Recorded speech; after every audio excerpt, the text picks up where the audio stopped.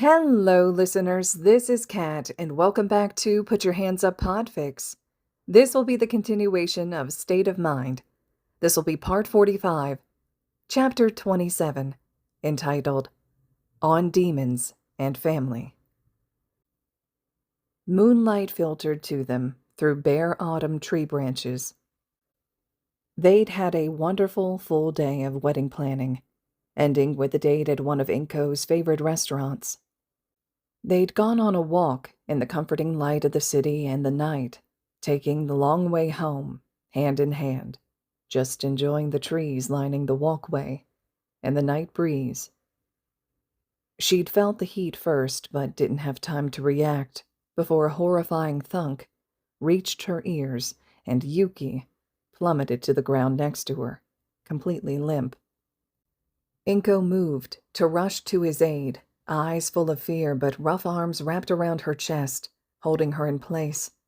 She was ashamed to feel her body freeze up, absolute terror nearly whiting out her mind. "Hello, honey," her ex-husband's voice said, snake-like, by her ear, and it felt like her heart completely stopped for a second. In front of her were several men, all wearing dark clothes and black hats.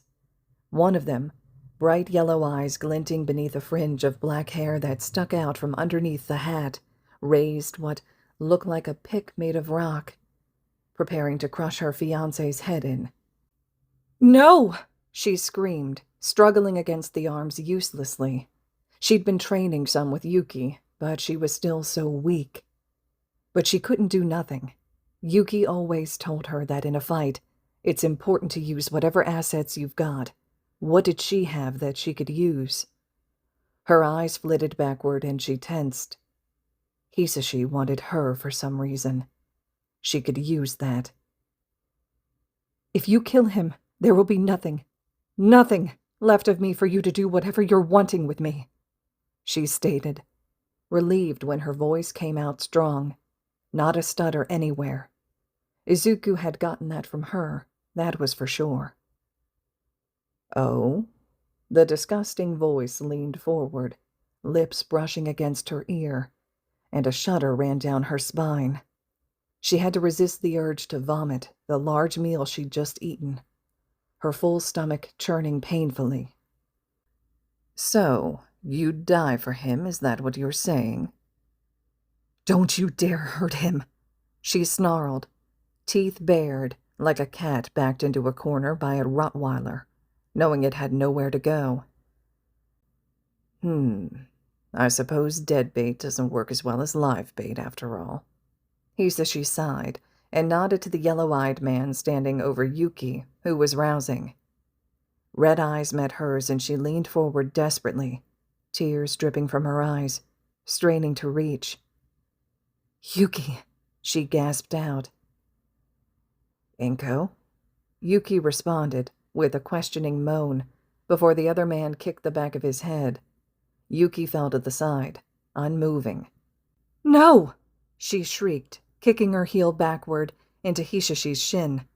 He pushed out, hands connecting with her back, and she stumbled, knees skinning on the cement walkway as she fell.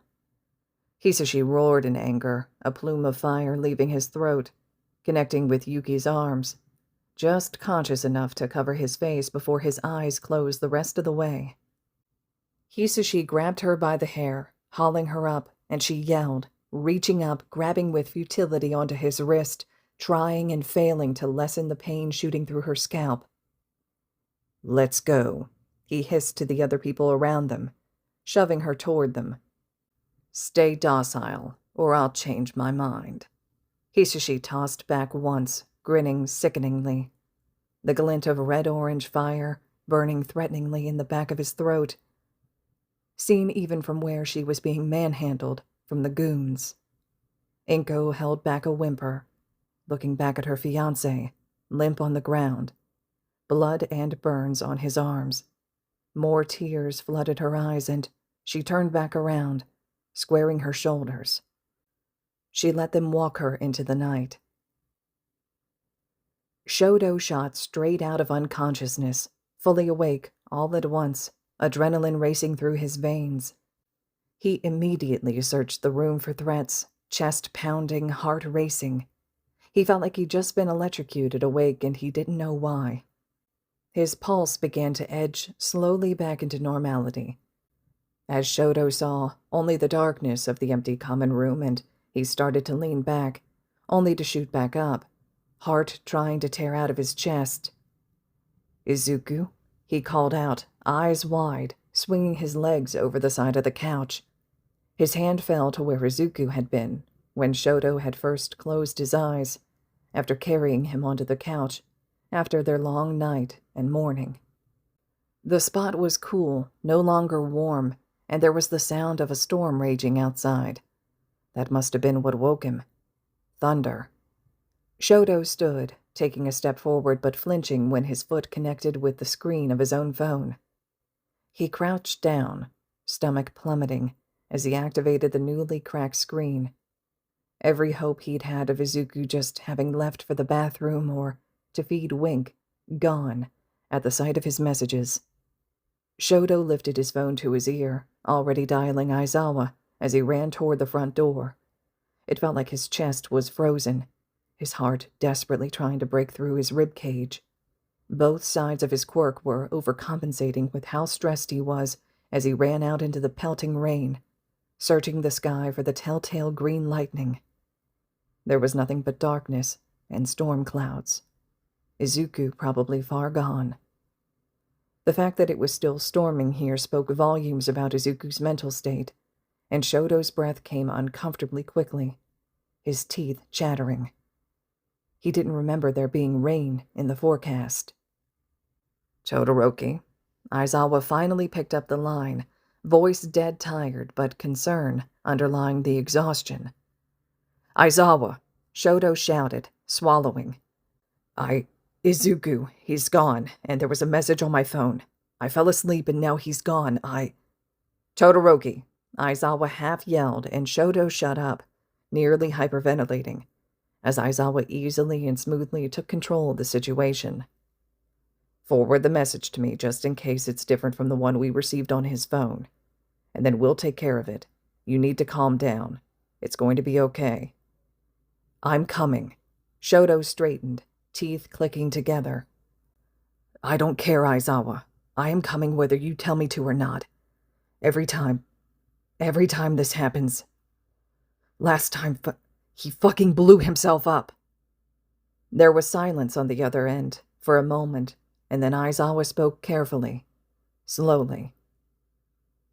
"Fine, kid, but only because you have your provisional license. Go get your hero costume on. A group of officers will be around to pick you up in 15 minutes, and then we're following Ito's line to Izuku and his mother. He said they're nearly at the same location now." Shoto made a disgruntled sound, but nodded, looking up into the rain, letting it wash his fear away. "I'll be ready." Shoto hung his phone up and pocketed it, running back into the dorms, sopping wet and leaving a trail of water as he ran. "Todoroki, I have a towel.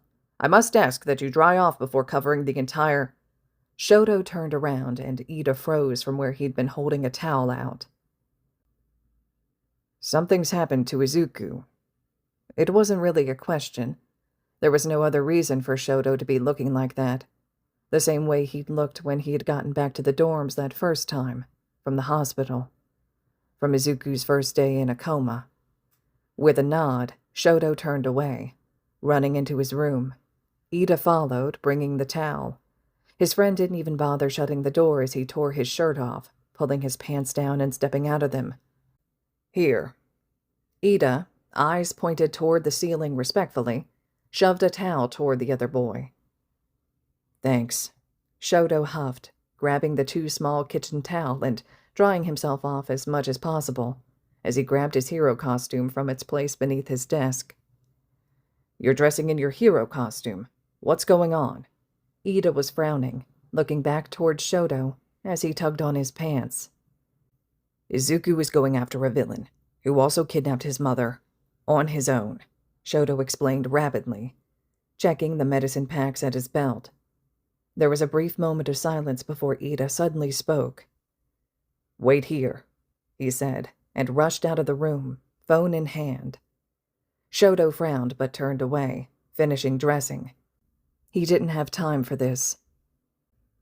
Izuku stood on a precipice. He looked down at the empty district with distaste. He'd heard of this part of the city, the abandoned section where not even the homeless lived. It was rumored to be haunted after it had been almost entirely destroyed in a villain attack, with hundreds of casualties several years before Izuku had been born. Heroes didn't go here, police never came, and it rotted, abandoned and decrepit, a cage of disrepair. For anyone that had stayed, had died quickly. Izuku was sure it had been all over the news when he was a baby, but by now people had forgotten about the place's existence, buried in supernatural forums and historical books that Izuku had only seen in passing. He didn't know a lot about the place, only that it stank of sulfur. He couldn't see anyone from where he stood, but it didn't matter. At this range, he could feel all the people in the warehouse beneath him. There were a lot, and he wondered how his father had ever possibly gotten so many people to follow him. He'd always been good at making people believe what he wanted them to believe. Izuku, against so many, would ultimately end in failure, he was sure, even with all his power. But Izuku didn't plan on going in powers blazing. Hisashi didn't know about State of Mind. He wasn't there when it developed, and he'd only seen what was put on TV. All Izuku had to do was get close. Izuku lifted his hands, ripping his gloves off angrily with his teeth and dropping them onto the ground in a cloud of dust. The sky was dark and roiling with vicious, tempestuous clouds, as if the gods themselves were furious with what was happening on land. The only light came from what moonlight could breach, the thick storm raging above. It was raining, but not on him. Izuku jumped down from the precipice, viridian lightning crackling across his skin, reflecting in his eyes as he hit the ground in a powered landing, the ground cracking beneath him and debris flying up around him. He lifted his head, face framed with long hair, rage-filled eyes a toxic green, as if he was made of electricity. Izuku stood on strong, unshaking legs as Akuma, not his father, he wasn't his father. Mike and Aizawa were better fathers than that man had ever been. Walked out of the dark warehouse, arms spread out to his sides and a sharp grin on his face. He was uncomfortably familiar, little changing in the time since Izuku had last seen him, as if no time had passed at all. The man had short hair, curly like Izuku's, except black, a thin, angular scar cut vertically through his eyebrow, skipped his eye and started back up under the orb and ended at the corner of his lip. His eyes were dark, black as the sky above them, as he exuded an aura of malice and danger. And every pain the man had ever caused him played before Izuku's eyes, like a twisted amalgamation of a horror movie. "Son," the man exclaimed in a serpentine voice approaching him. Izuku's lip curled up. "Where is my mother?" "In due time," the villain answered darkly. "Follow me." And with that he turned away, lost in the darkness, leaving Izuku to do nothing but follow with narrowed eyes, wondering if he could jump forward fast enough to slap his father in the face and blast him to his new and improved mindscape. But Izuku didn't actually want to do that, he realized as he stepped forward. He was the most free of his father that he had ever been in his entire life. His mindscape was amazing, according to Shoto, and he didn't want to rot it with that man's presence anymore. But what else could he do? And there was also the fact that technically Izuku was a killer. Did he want to kill his father? Was that who he was now? Who was to say he wouldn't do the same thing to Akuma that he had done to Overhaul? At the thought, Izuku's fingers twitched to withdraw a bat from his mindscape. Since it had been remade, Izuku had been far from lenient with putting things in his mindscape. He'd learned from his experiences with pulling random things out of it to aid him during battle. There could be anything in there at this point. Izuku followed the man inside, heavy doors shutting behind him by unseen hands. The inside was surprisingly well lit, people all over the place, but Izuku ignored them for the time being and rushed forward, seeing his mother sitting in a chair with her head in her hands. He debated putting her into his mindscape to keep her out of any line of fire, but decided against it. He couldn't put her in it if it was potentially volatile, and he didn't want to have to put a villain in there with her. Best to save that for a surprise attack. Izuku stopped in front of his mom, taking in the lolling of her head as she looked up at him, seeing the blown-out pupils and flat expression carefully before he straightened his back, standing close to his mother. "You drugged her!" "Izuku, go." Inko slurred almost incoherently, chin bobbing down against her chest, a high-pitched moan leaving her throat. Izuku pushed that to the background for now, one problem at a time. "Of course I drugged her." Akuma's voice was both slimy and dry at the same time, and Izuku hated every bit of it. It was straight out of his worst nightmares and memories. "I couldn't have her getting any ideas, after all." Izuku took a deep breath, trying to remain calm despite the literal storm of anger brewing in his mind. "All right, I'm here. What do you want with me?" Akuma leaned back, pressing a hand to his heart as if Izuku had stabbed him. "I just want to spend time with my son. Is that so wrong?" Izuku gritted his teeth, watching the man carefully. "You've killed people. I saw the things that you did in America." Akuma's obnoxiously sweet expression dropped, like a sheet from his face. "Pot calling the kettle black, isn't it, Izuku? I know the eyes of a killer. And son, you don't regret it. Maybe even liked it." Izuku stiffened, hands forming into his fists. He was turning this around on Izuku, just like he always did. Turning Izuku into the villain and himself into the hero in some twisted methodology. He wasn't falling for it anymore. He couldn't. He was better than that now. The two situations were not the same.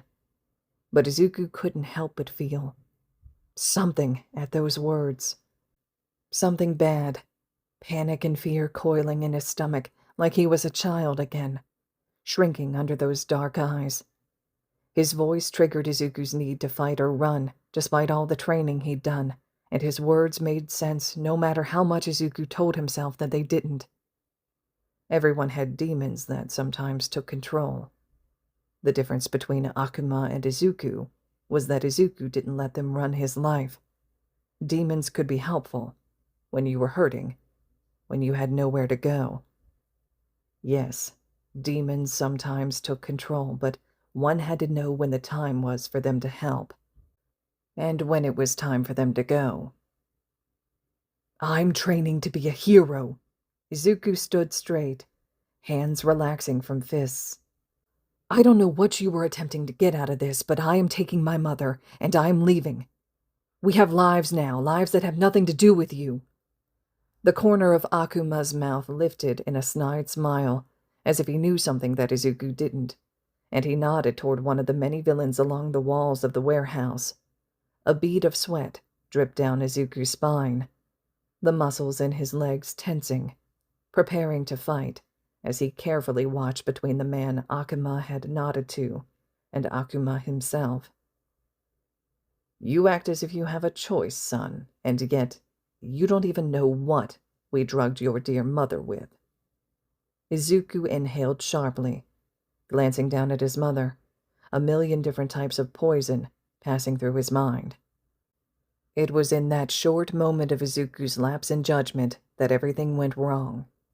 The man Akuma had nodded to lifted a hand, silver nails growing faster than a bullet and shooting forward, spearing Izuku through the shoulder and knocking him back. He grunted at the impact, heels skidding through layers of dust. Akuma was suddenly in front of Izuku, a depraved facade of a smile warping his face in half, two sharp teeth glinting in the harsh yellow light swinging above them from the sudden uptick in wind pressure. Izuku lifted a hand, in an attempt to smack Akuma across the face, but the man dodged lithely backward with a corrupt laugh.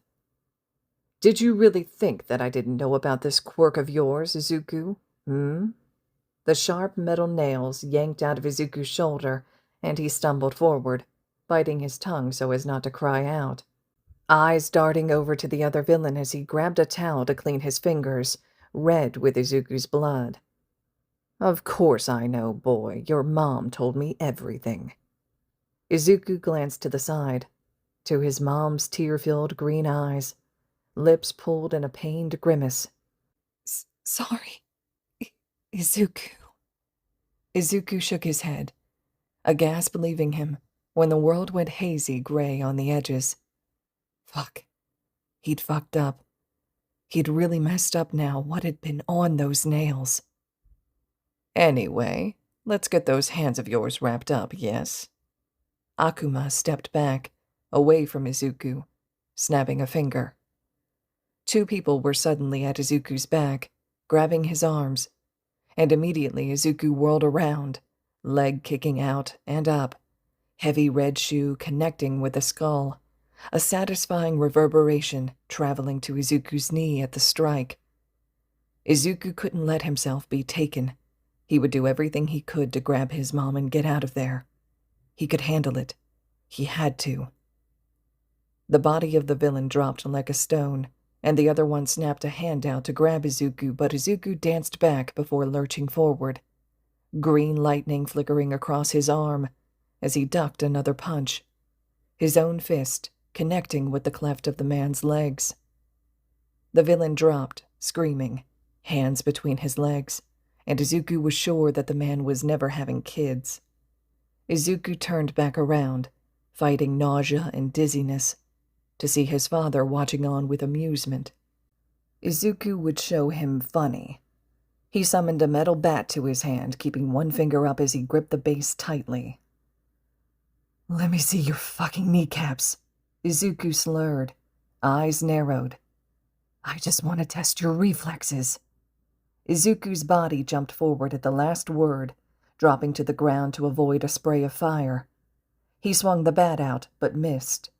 Akuma sidestepping as lightning traveled across Izuku's arm, lighting up the bat like a weapon from hell.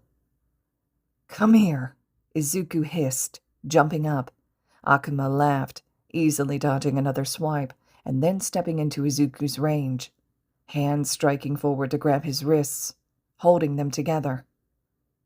His other wrapping around his throat as the bat dropped from his grip and clattered against the ground.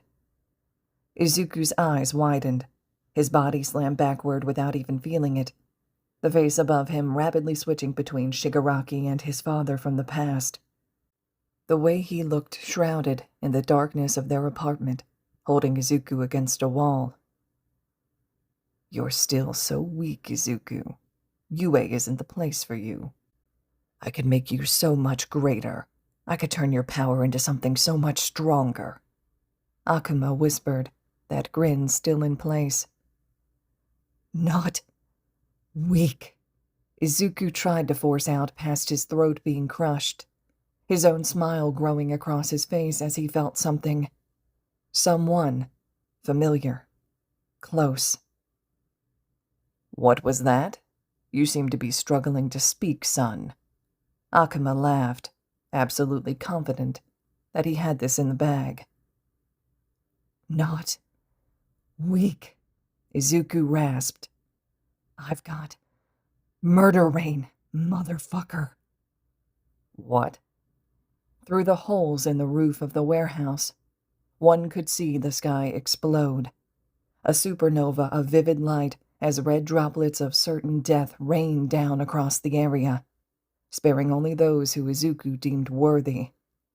At the same time, an entire wall to their right burst apart into thousands of pieces, villains going flying, people screaming, others falling, as the retired #1 hero, but always #1 to Izuku, stepped into the room, a grin that promised agony on his face.